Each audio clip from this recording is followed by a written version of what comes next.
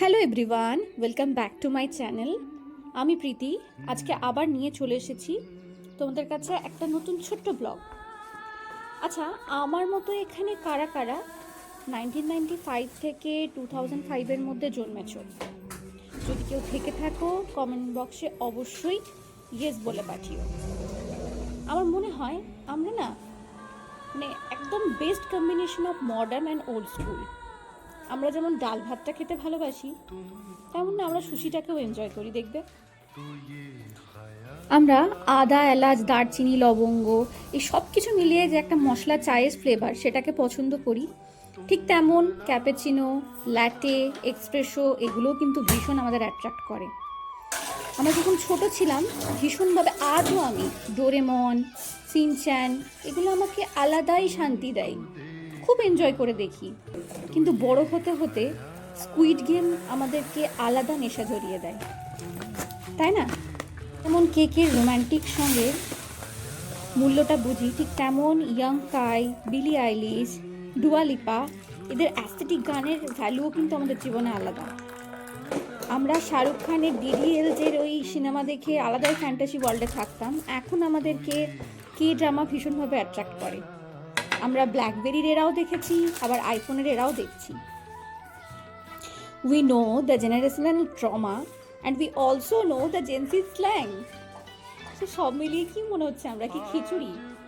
যদি কেউ বলে আমরা খিচুড়ি, তাদেরকে স্ট্রেট আনসার দিও না, আমরা হলাম best mixture of old and modern values. কি তাই তো? আচ্ছা, এখানে কে কে আছে যারা আমার এই কথার সাথে কানেক্ট করতে পারছো?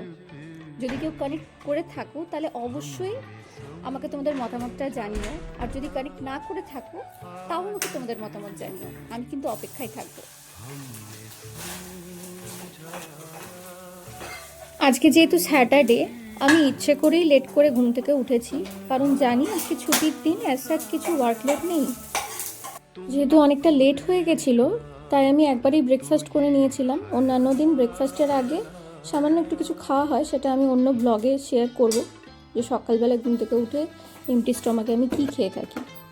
যাই হোক, ব্রেকফাস্টে আজকে আমি দুটো ব্রেড নিয়েছিলাম আর একটু সামান্য চা আর মিক্সড ড্রাই ফ্রুটস খেয়েছিলাম। তোর বাড়ির কিছু কাজ পেন্ডিং ছিল, সেগুলো আমি শ্যুট করতে টাইম পাইনি, কারণ জানতাম শ্যুট করতে গেলে অনেকটা টাইম চলে যাবে, তাই আমি বাড়ির কাজ সামাল দিয়ে স্নানে চলে গেছিলাম। শনিবারটা একা থাকি বলে আমি খুব একটা রান্নার প্রেশার নিই না, একার জন্য আর রান্না করতে ইচ্ছে করে না, তাই আগের দিন আমি বেশি করে খাবার করে ফ্রিজে স্টোর করে রেখে দিয়েছিলাম, সেটাই দুপুরবেলায় খেয়ে নিলাম। একটু জিরা রাইস করেছিলাম আগের দিন, আর চিংড়ি মাছের কষা করেছিলাম, আর সামান্য আজকে একটু রায়তা বানিয়ে নিয়েছিলাম। স্যাটারডে সানডে ছাড়া দুপুরবেলায় রেস্ট নেওয়ার একেবারেই সম্ভব হয় না, তাই আজকে ইচ্ছে ছিল যে দুপুরবেলায় ভালো মতো রেস্ট নেব। মানুষ যেটা ভাবে হয় তার উল্টোটা, কিছুতেই ঘুম এলো না অনেক চেষ্টার পরে। কখন যে ফোন দেখতে দেখতে বিকেল হয়ে গেল বুঝতেই পারলাম না। বিকেলবেলায় ঘুম থেকে উঠে একটু চা, বিস্কুট আর সামান্য একটু মিক্সড সিডস খেয়েছিলাম। এমনিও বিকেলবেলায় আমরা লাইট খাই, কারণ রাত্রে খুব তাড়াতাড়ি ডিনার করে নিই, ওই জন্য খুব বেশি ভারী কিছু বিকেলে খেতে ইচ্ছে করে না। এরপর বিকেলবেলা একটা সিরিজ দেখছিলাম, সিরিজটা বেশ ভালোই বড়, ইন্টেনশনালি আমি ওটা দেখা শুরু করলাম। নেক্সট দিন যদি কারো জানার ইচ্ছে থাকে সিরিজটা কি, অবশ্যই কমেন্ট বক্সে জানিও, আমি বলে দেবো সিরিজটার নাম কি। সিরিজটা খুবই ভালো। জানি কালকেও ছুটি আছে, তাই হাফ আজকে কিছুটা দেখলাম, কালকে বাকিটা দেখব। রাত্রেবেলায় আমি ওটসের স্মুদি খেয়েই ডিনারটা কমপ্লিট করেছিলাম। এটা আমার এবং আমার হাজব্যান্ডের খুব পছন্দের একটা রেসিপি, খুব একটা চাপের না, খুব সহজেই হয়ে যায়।